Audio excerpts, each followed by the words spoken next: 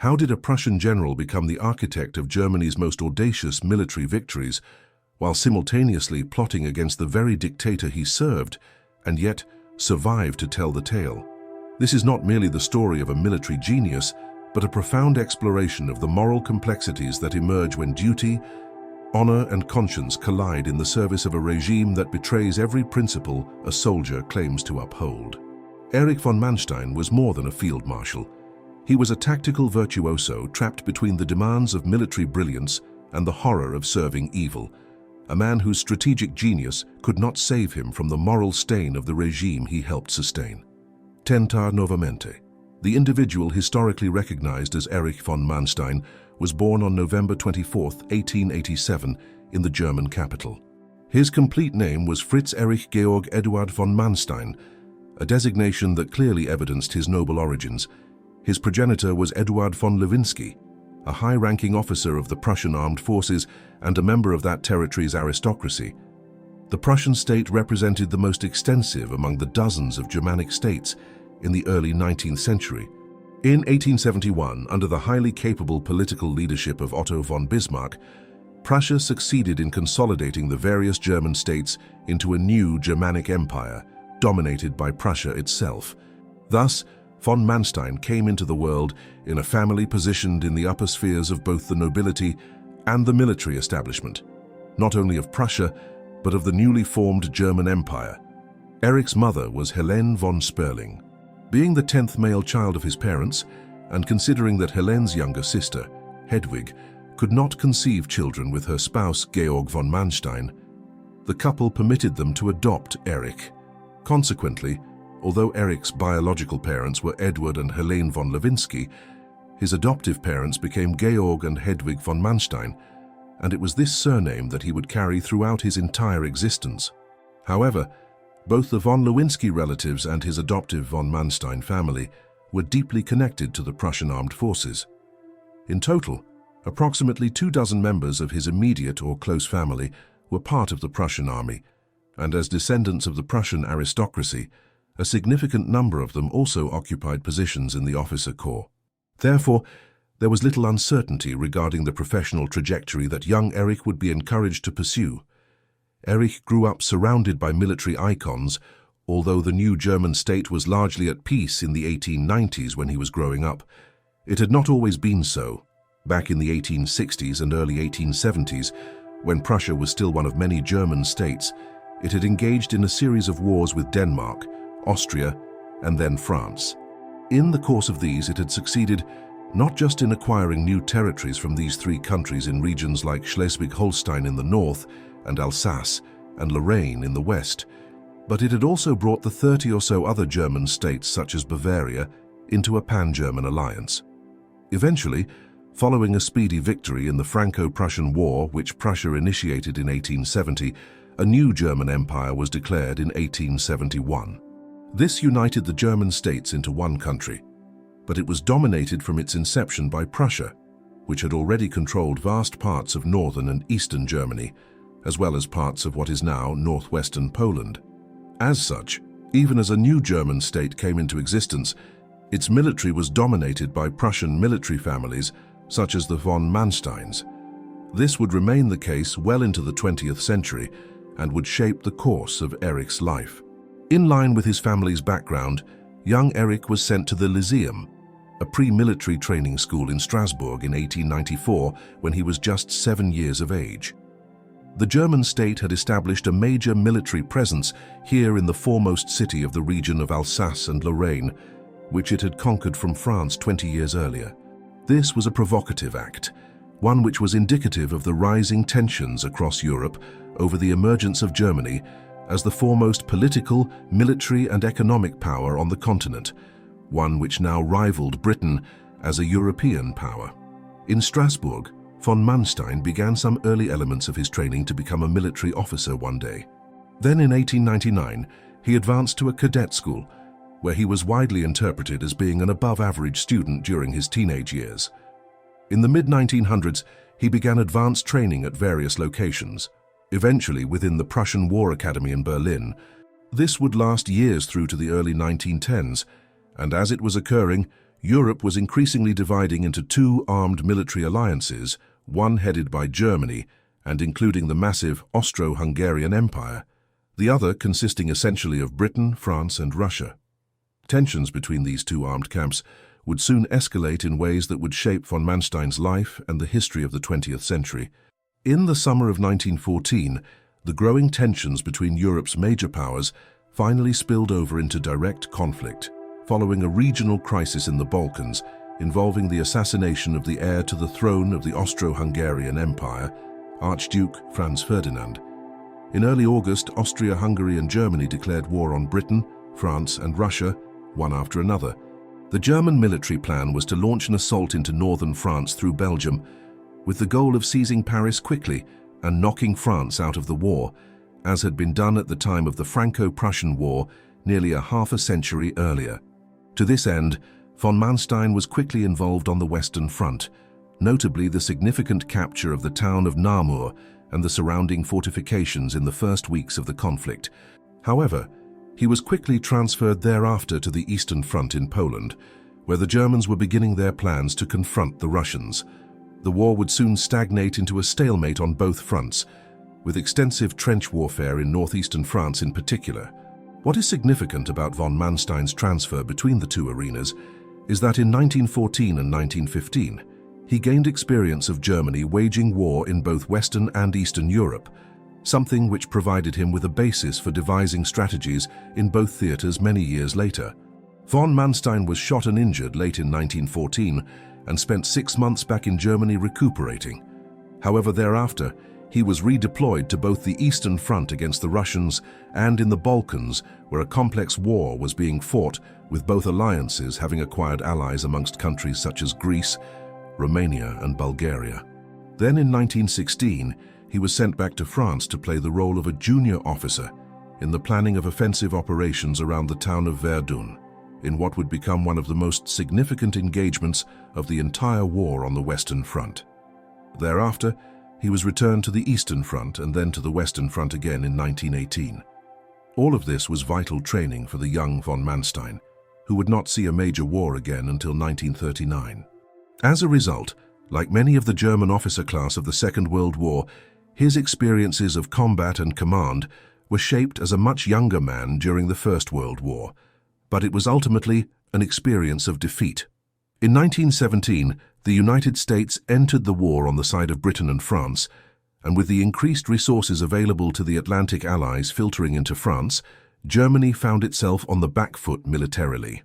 This, combined with Germans being starved of basic resources at home, led to serious unrest in the country, which eventually spilled into violent disturbances. In early November 1918, the ruler of Germany, Kaiser Wilhelm II, abdicated, and just days later, German surrender to Britain, France, and the Americans was agreed. The First World War was over.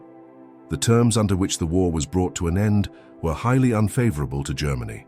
Although the country had gained massive tracts of land from Russia in a separate treaty in 1917, Britain and France forced the new Weimar Republic, which had taken control of Germany, to renounce this land, and much more besides on Germany's eastern flank, in order to create a new Polish state. Austria-Hungary also suffered a similar truncation, and entirely new countries came into existence in Central Europe, such as Czechoslovakia, formed out of lands which had been formerly held by Germany and Austria-Hungary. On top of this, Germany was obliged under the terms of the Treaty of Versailles, which brought the war officially to an end, to accept unequivocal guilt for having caused the war and to pay major war reparations for years to come in order to reimburse France and Belgium in particular for the devastation inflicted on their countries. In order to ensure this money was paid, the French and Belgians were allowed to occupy parts of Western industrial Germany for years to come. Finally, as a guarantee that Germany would not upset the future peace of Europe, a clause of the treaty also required the German Imperial Army to be disbanded entirely and replaced with a trimmed-down Reichswehr, which was not to exceed the size of 100,000 men. Furthermore, the country was completely prohibited from having its own air force. For the majority of German soldiers and officers, the Treaty of Versailles meant they lost their positions within the army. Not so for von Manstein, who had garnered a reputation as an effective strategist and logistician during the war. Accordingly, he was one of the chosen few who were retained as part of the Reichswehr into the 1920s. This was a period of immense unrest in Germany, as localized revolts in cities like Berlin and Munich broke out across the country in 1919 and 1920. The limited German military was consequently stretched thin, trying to control the situation, and there were extensive opportunities for von Manstein to rise within the ranks. By 1921, he had been appointed as a company commander, and in the years that followed, he began teaching military history and tactics, before finally being promoted to the rank of major in 1927 and gaining appointment to the General Staff of the Reichswehr, the organizational command of the German military. Eventually, he would be appointed as a lieutenant colonel in the Reichswehr. He also became a family man during the 1920s, marrying Jutta Sibylle von Loesch in 1920 after a courtship of 3 days. They had 3 children in the years that followed: Gisela in 1921, Gero in 1922, and Rüdiger in 1929. These were not just formative years in von Manstein's military career and family life. The 1920s and early 1930s also saw the rise to power of an extremist group in Germany. The National Socialist German Workers' Party, or Nazi Party, had emerged from the fractured politics of Bavaria and the city of Munich in particular in the early 1920s. Led by an Austrian demagogue named Adolf Hitler, they were a fringe group who wanted to overturn the Versailles Treaty and impose an extreme form of racial politics on Germany, one which blamed groups such as the Jews for all of Germany's woes and argued that new wars should be launched by a revitalized Germany to conquer vast territory from groups such as the Slavs of Eastern Europe, whom they viewed to be racially inferior. For much of the 1920s, they remained nothing more than a small party in Bavaria, with a following amongst the profoundly disaffected. But when the economies of the Americas and Europe were hit by the Wall Street crash and then the Great Depression from 1929 onwards, their message of anger and revenge began to resonate with German voters. They made major gains in the Reichstag elections of 1930 and became the largest party in the country in 1932. Thus, after a brief period in which the centrist parties had attempted to block their path to power, Hitler was able to ascend as German Chancellor early in 1933. He and his followers quickly dismantled the Weimar Republic and created a one-party state. This would all have enormous consequences for von Manstein's future years. One of the first issues at hand for the Nazis upon seizing power in 1933 was to begin overturning the provisions within the Treaty of Versailles for Germany to remain largely demilitarized. A reorganization of the military saw von Manstein quickly promoted to the position of a full colonel in the spring of 1934. But the real shift began early in 1935, when Hitler announced to Britain and France that Germany intended to begin rebuilding its military to a strength of nearly 500,000 men in direct violation of the Versailles Agreement. In tandem, a new air force named the Luftwaffe was to be established. As part of these measures, the administrative organization of the German military, renamed the Wehrmacht, was reformed in the months that followed. Von Manstein's talents were recognized when on the 1st of July 1935 he was promoted to the position of head of the operations branch of the Army General Staff. This was effectively one of the most senior administrative and operational positions within the beating heart of the German military command in Berlin, and it was soon followed with an additional promotion to the rank of General Major, making von Manstein a senior military commander within the new German Wehrmacht. One might ask at this point exactly how close to the Nazi leadership von Manstein was.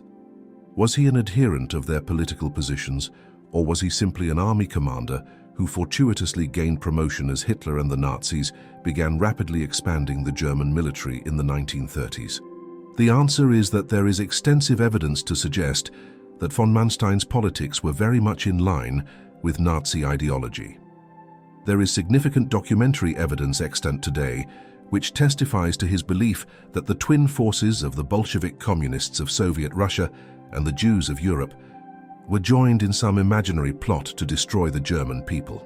As such, he perceived Germany's mission as being to prevent the rise to power of the Bolsheviks throughout Europe, backed by a Jewish conspiracy. There is also contradictory evidence which suggests that he was willing to oppose the Nazis on occasion.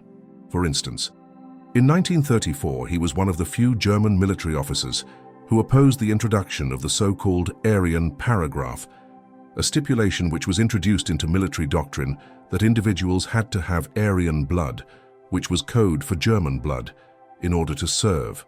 However, overriding this again is von Manstein's speech at Hitler's 50th birthday in April 1939, in which he wholeheartedly endorsed the Nazi Party's racial and political ideologies and claimed that he would welcome a world war to see their vision implemented. He would not have long to wait. German remilitarization in 1935 had been just the first step in the country's advance to war. Originally, the Nazis had intended on waiting until 1941 or 1942 to go to war, but in the late 1930s they realized that Britain and France's remilitarization was slow enough that they would be best to strike quickly.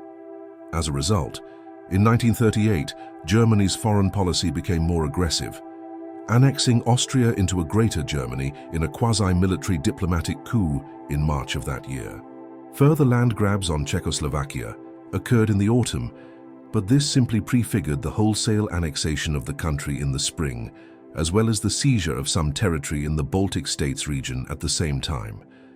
By now, the British and French were declaring that they had had enough. If Hitler proceeded to try and make good on his claims to land in Poland, they informed Berlin they would have no option but to declare war in defense of Polish independence. This is exactly what happened in early September 1939, after Germany invaded the country. It was the beginning of the Second World War, which von Manstein had spoken of just months earlier at Hitler's birthday. Von Manstein was immediately involved in the war. Prior to the invasion of Poland, he had been promoted as the Chief of Staff to General Gerd von Rundstedt, the commander of Army Group South, who was to oversee the military incursion into Germany's eastern neighbor. In this new capacity, he played a significant role in developing the operation plan for the invasion. Here, one of his favored approaches, which he would advise Hitler to deploy in multiple theaters, was on display. It was von Manstein who advised that the 10th Army under Field Marshal Walter von Reichenau should attack in force to break through the Polish lines and then surround much of their forces west of the river Vistula. A thrust could then be made to seize the Polish capital, Warsaw, quickly. This approach of von Manstein's was partially integrated into the plan for the invasion. It proved effective and was one of the reasons why the campaign was so successful. Within 5 weeks of invading Poland on the 1st of September 1939, the Germans were victorious, with the last remnants of resistance surrendering on the 6th of October. The occupation of Poland also provided the first opportunity for the Nazis to put their racial policies into operation on a major scale. Poland was home to over 3 million Jews, a figure which dwarfed the 500,000 or so who lived in Germany when they seized power there. Germany's Jews had already experienced increasing persecution since 1933, and many had decided to flee the country. But this would pale by comparison with what developed in Poland in the years that followed, as the Jewish people were rounded up into ghettos, where a systematic policy of starvation was implemented. More immediately, von Manstein and his fellow commanders would have been aware of the first actions of the Einsatzgruppen. These were brigades of members of the SS, a paramilitary wing of the Nazis, comprising only the most ideologically committed members of the military. They were first deployed in Poland, traveling in the rear of the German army itself and effectively mass murdering thousands of individuals who had been identified as potential leaders of any Polish resistance to German occupation. By early 1940, Operation Tannenberg, as it was codenamed, had led to the mass murder of over 100,000 Polish politicians, intellectuals, and other figures. These atrocities would become all too prevalent in Eastern Europe in years to come, and despite claims which von Manstein would later make that the commanders within the military did not approve of such actions, there was little to any resistance offered to the actions of the Einsatzgruppen by the commanders of the German army in Poland during the invasion and initial occupation. Von Manstein's contributions to the eastwards campaign into Poland had gained him greater respect, not just within the high command of the Wehrmacht, but also within the Nazi leadership. Accordingly, when the planning process got underway for a westwards drive into France to be launched in 1940, Von Manstein's advice was listened to. There were competing theories as to how this offensive should be undertaken. The initial plan, codenamed Case Yellow, had largely been devised by Colonel General Walter von Brauchitsch and General Franz Halder of the Army High Command, in conjunction with their staff.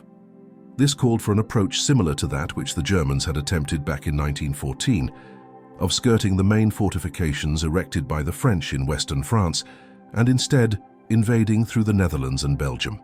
Von Manstein felt this would lack surprise and instead counseled Hitler that the attack should also have a wing move in strength along a more southerly line through the Ardennes forest region of Luxembourg, southern Belgium and northeastern France.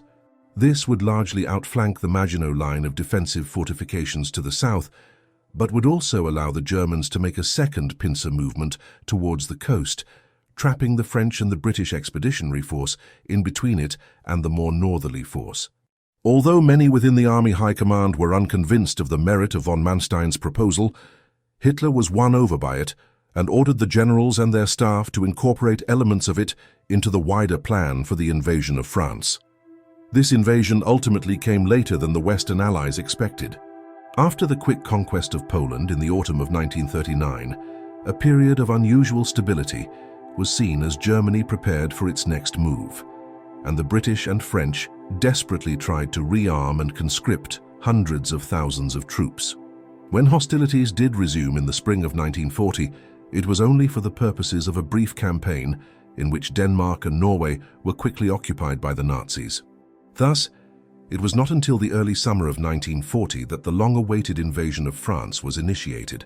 On the 10th of May, the Germans made their initial move into Belgium and the Netherlands, as planned originally. Then, as the French and the British Expeditionary Force moved northeast to engage them in Belgium, a second pincer attack was launched through the Ardennes into northeastern France, as von Manstein had counseled. The weeks that followed would prove exactly how effective this strategy was. The British and the French were not able to deal with the ferocity of the German onslaught in mid-May 1940. Divisions of German troops, led by groups of panzer tanks which never seemed to stop moving day or night, charged westwards at their lines. Within a week or so, the German front lines were nearing the English Channel. Even back in Berlin, Hitler was astonished by the speed of the army's advance. As a result of it, von Manstein's plan had largely worked. The British Expeditionary Force and much of the French army now found themselves trapped between two separate German armies, one in Belgium and one in northeastern France, which had proceeded into the country following the Ardennes strategy von Manstein had championed. Faced with this impossible situation, the British began retreating to the port town of Dunkirk, which they still held, desperate to remove their forces from France back to Britain, a feat that was achieved in the space of a week in late May and early June. Over 330,000 British soldiers were evacuated, a feat made possible by a combination of the desire of Hermann Göring, one of the senior Nazi leaders, to claim the glory for himself by having his Luftwaffe effectively bomb the expedition into oblivion while trapped in Dunkirk, along with distractions created by the remnants of the French army elsewhere in northeast France, and the sheer daring of the British rescue operation, one which involved hundreds of merchant ships and fishing boats. It was only for this reason that von Manstein's plan had not achieved total success in capturing the British Expeditionary Force in its entirety. The Germans entered Paris on the 14th of June 1940. The French government had fled into exile days earlier, and the city was taken unopposed. Thereafter, France was divided into an occupied zone in the north and west, and a region in the south and east, which was handed over to a collaborationist French regime based out of the town of Vichy. No sooner were they ensconced in Paris than German attentions turned towards defeating Britain. As an island, with a more substantial navy than Germany's, this would prove altogether more difficult. There were competing arguments as to how Germany should proceed within the Army High Command.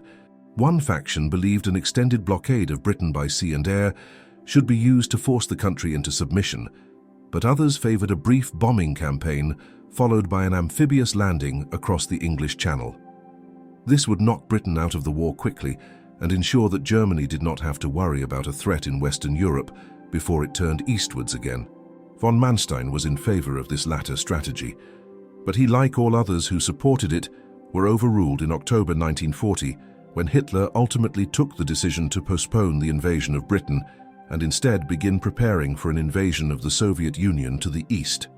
By this time, von Manstein had been promoted to the rank of a full general and had been awarded the Knight's Cross of the Iron Cross in recognition of his contribution to the invasion of France. He was also appointed as the commander of 56th Panzer Group in March 1941 as part of the planning for what would eventually be termed Operation Barbarossa, named after a medieval German emperor. This was the tactical plan for the invasion of the Soviet Union, the largest land military operation ever undertaken. It would involve over 3.5 million German army personnel and over 600,000 motorized vehicles. By now, Hitler and his generals were convinced of the merits of short, fast campaigns where they quickly overwhelmed their enemies. As such, the plan for Operation Barbarossa was to invade the Soviet Union in the summer of 1941, proceeding east and northeast, taking cities like Kiev along the way, and ultimately seizing Leningrad and Moscow before the winter set in. With this done, the Russians would almost certainly capitulate like the French before them. Von Manstein was assigned to the Northern Wing, Army Group North, which was to thrust through the Baltic states before ultimately moving to capture Leningrad. Operation Barbarossa was an enormous success to begin with. From its first launching on the 22nd of June 1941 through to September 1941, the Germans advanced rapidly, taking huge tracts of land in eastern Poland, the Baltic states and Ukraine, and capturing hundreds of thousands of Soviet prisoners of war and thousands of tanks and armored vehicles as they went. The Soviet leader, Joseph Stalin, even considered negotiating a peace whereby his government would acknowledge Germany in its possession of these regions. Von Manstein's army group covered less land owing to its operational objective to move towards Leningrad. Nevertheless, this was a region where some of the densest Russian troop presence was found, and it was not unusual that they encountered stiff resistance. By the late summer, his unit was preparing for a descent on Leningrad, but met with counterattacks by the Russian Red Army. There were victories in this for von Manstein, notably the encirclement and capture of a unit of some 12,000 Soviets and 140 tanks in Staraya Russia in mid-August, but also some setbacks. Ultimately, as the Russian positions were increasingly reinforced, the German advance slowed in the autumn. Von Manstein's forces were in Novgorod, just south of Leningrad, when he received news on the 12th of September that he had been promoted to the command of the German 11th Army hundreds of kilometers away in Ukraine. Von Manstein had been promoted to oversee the 11th Army after its previous commander, Colonel General Eugen Ritter von Schobert, was killed in a plane crash. Von Schobert had been preparing for an assault on the Crimean Peninsula in southeastern Ukraine, in particular by seizing the major port city of Sevastopol. This region was strategically important as it guarded the route from Russia to Romania, a key ally of the Nazis from which Germany received a huge proportion of its oil supplies. The Crimea needed to be secured in order to prevent any effort by the Russians to launch a counterattack into Romania. This task was now handed over to von Manstein, who quickly sent his forces, numbering approximately 200,000 strong and a major division of Romanian troops, into the peninsula. Crucially, though, they lacked major air support. Despite this impediment, the Russians fell back speedily on Sevastopol itself, and by the early winter, nearly all of the Crimean Peninsula was in German hands. However, the town would take longer to capture. A lengthy siege occurred at Sevastopol, one which von Manstein initiated in November 1941, but which would drag on until the summer of 1942. In part, this owed to the onset of the cold Russian winter. This was not harsh in the southerly climes of the Black Sea. But further to the north, the German advance was stalling outside Leningrad and Moscow, in what would prove to be the first serious setback the German armed forces had yet experienced during the war. Von Manstein's plans for capturing Sevastopol were further delayed in the early winter of 1941 by the onset of severe rains, which delayed the German attack on the city. Then, when an assault was finally launched on the 17th of December, it was quickly hindered by a Russian counteroffensive as an amphibious expedition landed on the eastern side of the Crimean Peninsula, a region known as the Kerch Peninsula. Von Manstein and his fellow officers, had specific commands from Hitler not to fall back from the Kerch Peninsula, ones which were disobeyed in the face of the heavy Russian counterattack in the dying days of 1941, giving the Russians control of a beachhead here in eastern Crimea. As a result of the new front in the east of the peninsula, the major assault on Sevastopol was once again put on hold to deal with the threat on the Germans' eastern flank. What followed was months of bloody conflict, as the Russians heavily reinforced the Kerch beachhead and attempted to drive the 11th Army out of the Crimean Peninsula entirely. It was ultimately a very costly failure. Von Manstein's men stood firm, and the attrition rate amongst the Russians was catastrophic, indeed as it was all across the Eastern Front during the war. As they launched sortie after sortie against the German lines in the late winter and early spring of 1942, hundreds of thousands of Russian troops were lost. Von Manstein's 11th Army lost tens of thousands, but the number was only a percentage of the deadly death toll on the Russian side. By the late spring, the Russians were demoralized and much reduced in number. This was also the occasion for Hitler to finally acquiesce to von Manstein's repeated requests to be granted substantial air support in the Crimean Peninsula. In early May, the 800 planes of the German 8th Air Corps were dispatched to the Crimea under the command of Wolfram von Richthofen. These proved decisive in the weeks that followed, in allowing von Manstein to finally take the offensive against the Russian 44th, 47th and 51st Army's position on the Kerch beachhead. With von Richthofen's planes flying over 1,500 sorties a day and the Germans battering their position with artillery, the Russians were effectively sitting ducks. Thus, by the time the Kerch beachhead was secured by the Germans on the 19th of May, the death toll amongst the Russians from the Kerch offensive had topped 500,000 men. And with this done, von Manstein was finally free to turn his attentions back to Sevastopol. With the support of the 8th Air Corps, and without any further distractions to the east, he was quickly able to seize the city after a siege of a few weeks in the early days of July. Thus, after a grueling 8-month campaign, the peninsula was finally fully under German control. What was perhaps most striking about von Manstein's command of the 11th Army during the Crimean campaign was the ratio of casualties on both sides. Von Manstein's men had comprehensively defeated a numerically superior enemy, losing less than one man for every 5 Russians who perished. Yet there were many casualties besides.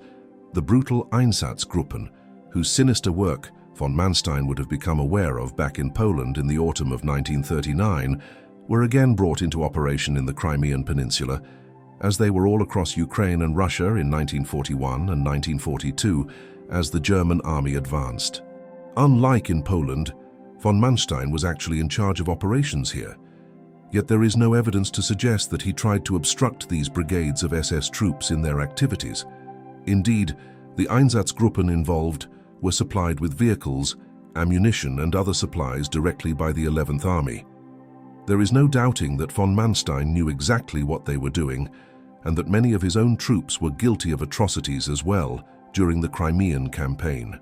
All of this is significant in terms of claims von Manstein would later make about the German army being largely innocent of the crimes the Nazi regime was perpetrating, such as the Holocaust of Europe's Jews, which was just being initiated as the Crimean campaign was underway. Von Manstein's effectiveness in overcoming superior numbers had been noticed by Hitler, and he was ordered north within days of victory in Crimea to Leningrad, the siege of which city had stalled the previous winter and which had settled into a stalemate. He arrived there in late August, but it would prove a short-lived sojourn in the north. First, a Russian counter-offensive limited the possibility of a quick German victory there that autumn this year, but more significant were developments to the south. In the summer of 1942, Hitler and the generals had determined on a new strategy for winning the war in the east, codenamed Case Blue. The new plan was to strike into southern Russia in order to secure the rich oil fields of the Caucasus, which would both provide a boon to the German war effort and economy, and also massively reduce the supply of oil available to the Russians. This, it was imagined, could bring about the complete collapse of the Soviet war effort and ultimate victory for Germany in the war. A daring strategy such as this was needed, as the United States had entered the war in December 1941 on the side of Britain and the Soviet Union, and the campaign Germany was undertaking with Italy in North Africa was souring as well. It was clear that the drift of the war was turning in the favor of the Allies, and so the Nazis needed to take measures which would tip the balance in Eastern Europe back in their favor. Case Blue was that strategy, but it would necessitate seizing a key site in southern Russia, the city of Stalingrad. Von Manstein was not appointed to the overall command of activities at Stalingrad. That ultimately dubious honor fell to Field Marshal Friedrich Paulus, commanding the German Sixth Army. With an initial force of over 250,000 men and 500 tanks, Paulus had moved towards Stalingrad in late August 1942 and had succeeded in securing most of the city on the west bank of the river Volga by mid-September. However, thereafter their advance on the eastern side of the river stalled, as the Russians had reinforced their position here considerably. A massive buildup of troops thus commenced in September and into October, as both sides began channeling huge resources into what was increasingly viewed as the crucible in which the fate of the war on the Eastern Front would be decided. Violent clashes occurred across the city in the early weeks of the battle, but it was not until mid-November, when the Soviets under their commander, General Georgy Zhukov, launched a huge offensive codenamed Operation Uranus, that the Battle of Stalingrad entered its most bloody stage. The Russian strategy was to encircle Paulus's Sixth Army in Stalingrad by moving north and south of the city and then circling back to strike at the German rear, which was largely held by the near 200,000 Romanian allies who were fighting with the Germans at Stalingrad by this time. These were weaker troops who were more vulnerable to a Russian offensive, and there was now a possibility that Paulus would be surrounded and cut off within the city. In response to these developments, Hitler ordered the creation of a new army group, Army Group Don von Manstein, who by now held the title of a full field marshal, the highest general rank within the German military command, was appointed to command it on the 21st of November 1942. In the weeks that followed, as he planned a counter-offensive codenamed Operation Winter Storm, the Russians completed the encirclement of Paulus's Sixth Army in Stalingrad. They were now cut off from the German lines by land, but Hitler and the head of the Luftwaffe, Hermann Göring, were convinced that Paulus could be supplied by air for months to come. Stalingrad, the Führer commanded, was not to be abandoned, and no breakout through the Russian lines should be attempted. Thus, von Manstein's effort to break through the Russian lines from without and end the encirclement of Paulus's men was launched on the 12th of December 1942. However, despite some initial successes in the first days of the initiative, by the end of the first week of the counterattack, it was clear that the Russian perimeter was too strong for von Manstein's Army Group Don to break through. Accordingly, on the 18th of December he sent a request to Hitler that Paulus should be allowed to attempt to break out and abandon Stalingrad. Hitler refused. After the initial onslaught in mid-December and the failure of it, there was little that von Manstein's forces could do as the Russians continued to pump ever greater numbers of men into the lines surrounding Stalingrad. And as they were reinforced, the possibility of Paulus attempting any breakout with the nearly 250,000 troops he had under his control in the city itself became ever more remote. Moreover, additional Russian counter-offensives were now being mounted to capture cities such as Rostov. In response to these and the futile situation which now obtained in Stalingrad, von Manstein was placed in charge of a new Army Group South made up of Army Group Don and the remnants of other divisions in early February 1943. This was just as Paulus and his men, over 200,000 of them, starving and disease-ridden by now, surrendered in Stalingrad to the Russians who surrounded them on all sides. It was the first time a German field army was entirely defeated in the war, and was a symbol of how the Germans were now hurtling towards defeat. The war for the remainder of 1943 was a mixed affair. For instance, in the north, the siege of Leningrad continued and was not fully broken until January 1944. However, to the south the Russians were advancing westwards, but without a second front open anywhere in Europe as of yet. The Germans still had reserves with which to launch a new counter-offensive themselves. This would be aimed at securing the Kursk salient, a few hundred kilometers to the southwest of Moscow. Von Manstein was given one of the senior-most roles in this initiative, on which the last desperate German hope of victory in the east now rested, in part because he had yet again secured a quick but significant victory after being placed in charge of Army Group South in recapturing Kharkov in a 4-week battle there in February and March 1943, at the end of which the casualty rate was 8 times greater on the Russian side than on von Manstein's side. In its aftermath, Hitler began committing much of Germany's remaining resources to von Manstein's efforts to counterattack into Kursk in what would become known as Operation Citadel. In retrospect, the strategic thinking behind the counterattack on the Kursk salient seems baffling.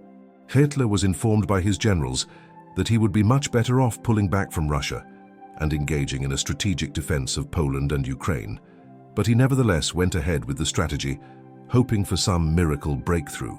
When Operation Citadel was launched on the 5th of July, von Manstein commanded the southern wing, with Field Marshal Walter Model commanding the north. Despite committing over 750,000 men, nearly 3,000 tanks and over 9,000 artillery units to it, the Germans were outnumbered by Russian forces numbering over 1.5 million troops and over 5,000 tanks. Moreover, the Russians had ample advance warning of what the German plan was and had dug trenches and planted mines all across the Kursk salient in advance of the attack. This was owing to the British having intercepted intelligence of the operation, which they passed on to their Russian allies. Thus, when the offensive began, it soon ran into a quagmire, difficulties which were compounded by the arrival of news that the Western Allies had initiated the opening of a second front in Europe by invading Sicily on the 9th of July. Thus, Hitler called off the offensive just days later, but it would take weeks before von Manstein could fully extricate his forces from the vicious fighting across the salient. Kursk remains the largest tank battle in history. With defeat at Kursk, and with any free troops being funneled towards Italy to deal with the invasion of the peninsula there, von Manstein and the other commanders in Eastern Europe were effectively fighting a rearguard action in the months that followed, desperately trying to stop the Russian advance with dwindling resources. By mid-autumn, this consisted of a steady retreat to the river Dnieper, during which war atrocities were again evidently committed by von Manstein's troops with the destruction of the countryside to induce famine conditions. Here a line was held through the early winter of 1943, but von Manstein's pleas for reinforcements were falling on deaf ears with Hitler, as the Nazis prepared for the inevitable opening of a third front somewhere in Western Europe, one which would eclipse the southern front in Italy in scale. As a result, Kiev, the capital of Ukraine lying on the Dnieper, fell to the Soviets in mid-November, after a brief siege of less than 2 weeks. Inevitably, by January 1944, von Manstein was forced to completely abandon the defensive line, which had been established along the course of the river. Moreover, with the breaking of the siege of Leningrad to the north, new Russian forces were now available to commence a westward drive into Poland. The war from early 1944 onwards was one of attrition as the Russians advanced from the east, and the Western Allies advanced north through Italy, and from the summer of that year from France, where the Third Front was opened. There was no escaping the reality of German defeat by then. However, von Manstein did not spend it in service. In mid-March 1944, while he was still commanding the retreat across western Ukraine, Hitler had issued a command that all divisions everywhere were to fight to the death. There was to be no surrender. Von Manstein objected to this directive and was commanded to fly to meet Hitler in person. This he duly did at the Führer's mountain retreat, the Berghof, in Bavaria on the 30th of March 1944. There the Nazi leader awarded von Manstein the Swords of the Knight's Cross, one of the highest honors bestowed on any member of the German military, before promptly dismissing him from his command. This was not in itself a highly unusual development, and Hitler had become highly volatile in his attitudes towards his military commanders in the final years of the war. Although he was not informed of it at the time, von Manstein was not to be reassigned to another command for the remainder of the conflict. Von Manstein spent the last year of the Second World War largely dealing with health concerns. He had developed a serious cataract problem in his eyes while serving on the Eastern Front, which he now had operated on. However, this led to an infection, and for a time there was a possibility that he would lose his vision. It was while he was recuperating back in Germany, in the months that followed that the war entered its terminal stage. The Russians began to overrun Poland in the autumn of 1944, while at the same time the Western Allies advanced quickly through Western Europe, seizing Paris within weeks of landing in the north of the country that summer. By the end of the year, the situation was dire, with the Western Allies building up their forces in eastern France for an offensive into Western Germany early in 1945, and the Russians preparing to do the same in eastern Germany. Not even one last belated counter-offensive by the Germans through the Ardennes forest, where von Manstein had advised Hitler to send part of the German army 5 years previously, before the invasion of France, could yield much by way of results. Thus, in the spring of 1945, the noose began to tighten. In January 1945, von Manstein and his family, who had lost his son Gero in October 1942 on the Eastern Front, were forced to leave their home at Liegnitz as the Russian army advanced. They took refuge in Berlin, though it was only a temporary reprieve as the German capital was the ultimate goal for both the Russians and the Western Allies. When he reached the capital, von Manstein attempted to arrange a personal meeting with Hitler to offer him his services as a military commander. But the Nazi leader, who was an increasingly drug-addled shell of a man confined to the Chancellery bunker in the center of the city, refused to grant him an audience. As a result, the von Mansteins continued to move west to avoid being entangled in the Battle of Berlin, which commenced in mid-April 1945. They eventually settled Meet, like many other high-ranking members of the Nazi Party and German military, near the Danish border, well out of harm's way. It was here, while again receiving medical treatment, that von Manstein would have received news that Hitler had killed himself in Berlin on the 30th of April 1945. Just over a week later, on the 8th of May, hostilities ceased in Europe. In the weeks that followed, people who were connected with the regime from all over Germany were identified and arrested. Von Manstein was somewhat belatedly interred in August 1945, a result of his having been receiving medical treatment at the time. Long before the war ended, the Western Allies had begun preparing for its aftermath. In particular, they were concerned with the prosecution of those who were responsible for the war crimes committed by the regime. By 1945, the casualties of these war crimes numbered well in excess of 10 million people, some 6 million being Europe's Jews, while millions of Romani, Poles, Russians, and other groups had also been mass murdered as slave laborers and prisoners of war who were not afforded proper treatment under the terms of the Geneva Convention. When one considers that the war had been caused almost exclusively by Germany, then the Nazi regime was culpable for the deaths of tens of millions of people. However, the Western Allies had determined that not all Germans would be held responsible for the country's crimes. A great proportion of Germans had never voted for the Nazi Party during its rise to power or supported it after 1933.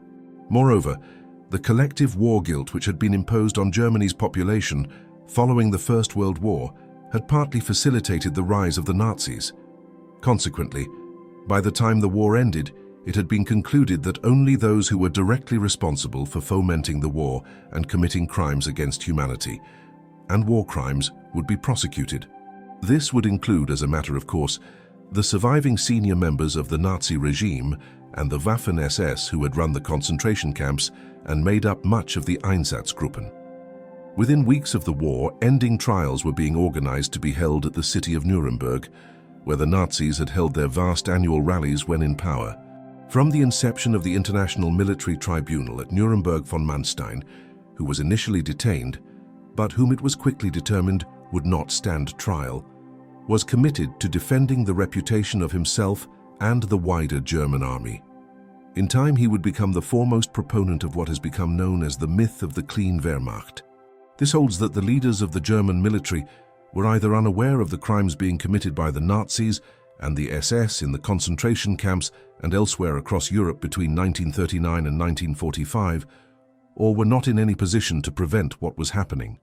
As part of his efforts in this regard, von Manstein appeared at the first trial at Nuremberg, that of the leaders of the regime such as Göring, the War Armaments Minister, Albert Speer, and the Deputy Führer of the Nazi Party between 1933 and 1941, Rudolf Hess. There he testified against his former masters and also helped draft a 132-page document which tried to exonerate the Wehrmacht and attribute all of the guilt for the war to the Nazi Party and the SS. In this light, von Manstein and his co-author, Siegfried Westphal, presented the German High Command as being military officers who were following the chain of command. Von Manstein and Westphal claimed that it was the Nazis, not the German military, who were responsible for the Holocaust and the mass murder of millions of civilians and prisoners of war on the Eastern Front, acts which were perpetrated by the Einsatzgruppen and other elements. Indeed, von Manstein even stated that he had disobeyed many orders where they contravened the accepted rules of war. Thus was born the myth of the clean Wehrmacht, one which was augmented and added to by many other senior military commanders. The myth did not last fully intact for long. Von Manstein left Nuremberg in 1946, feeling as though he had rescued his own reputation and that of many of his fellow officers from ignominy.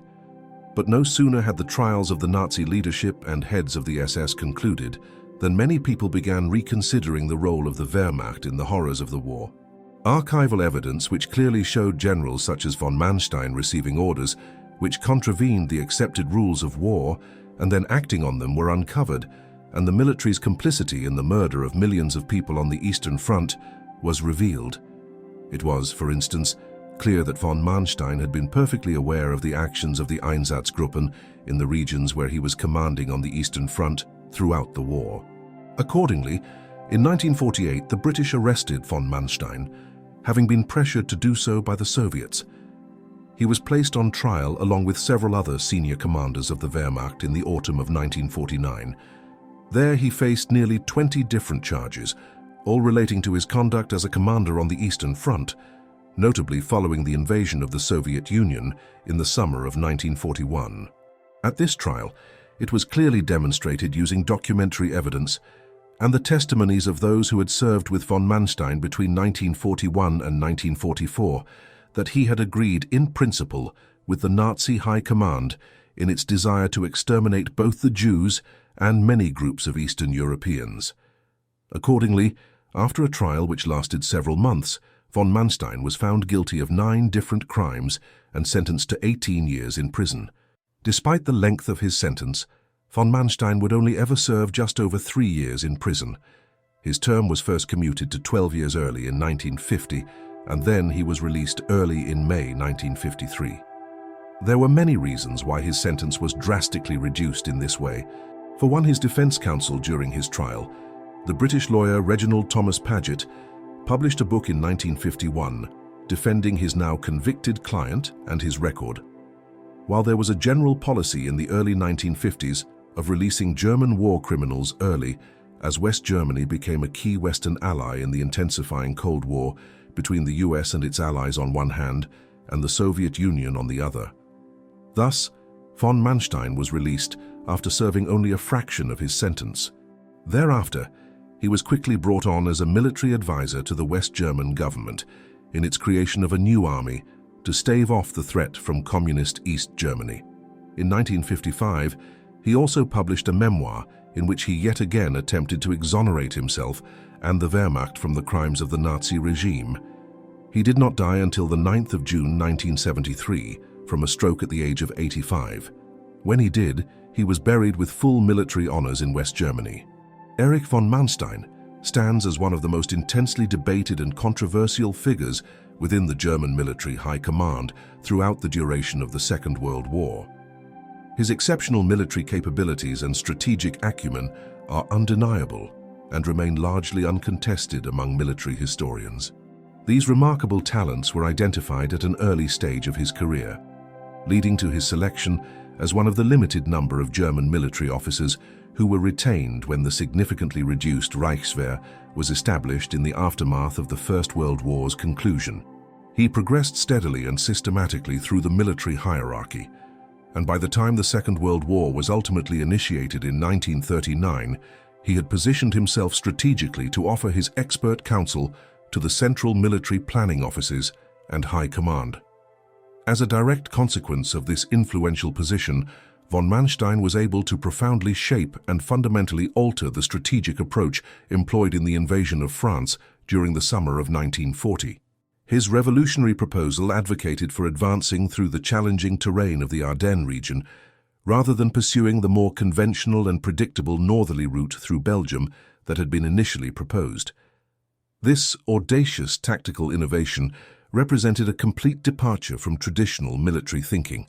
Consequently, von Manstein bears perhaps greater responsibility than any other individual military figure, with the notable exception of the distinguished German tank commander Heinz Guderian, for orchestrating the astonishing and rapid military victory that the German forces achieved over the French army during May and June of 1940. This stunning triumph shocked the world and fundamentally altered the course of the war in its early stages.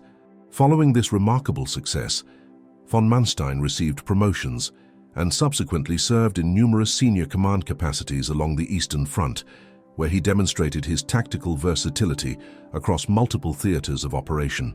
He led the intensive Crimean campaign with considerable skill, played a major and pivotal role in the catastrophic Battle of Stalingrad, and remained actively involved throughout the gradual and costly German retreat across Eastern Europe during 1943 and into 1944. While his most significant and celebrated military successes were largely concentrated during his instrumental role in the invasion of France and the decisive victory in the Crimean campaign, there remains little dispute or controversy regarding von Manstein's considerable abilities and tactical brilliance as a military commander and strategist.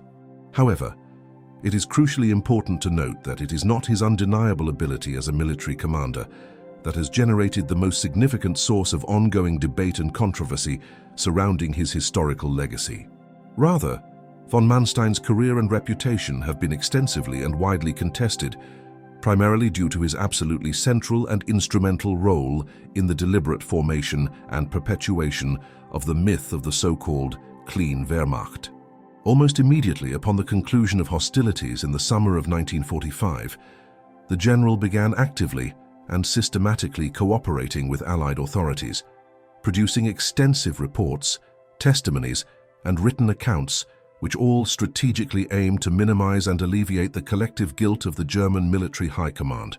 His efforts were designed to deflect responsibility and place the blame for the Nazi regime's numerous atrocities and war crimes firmly and exclusively on the shoulders of the Nazi Party's political leadership itself, as well as paramilitary organizations such as the Waffen-SS, thereby absolving the regular Wehrmacht of culpability.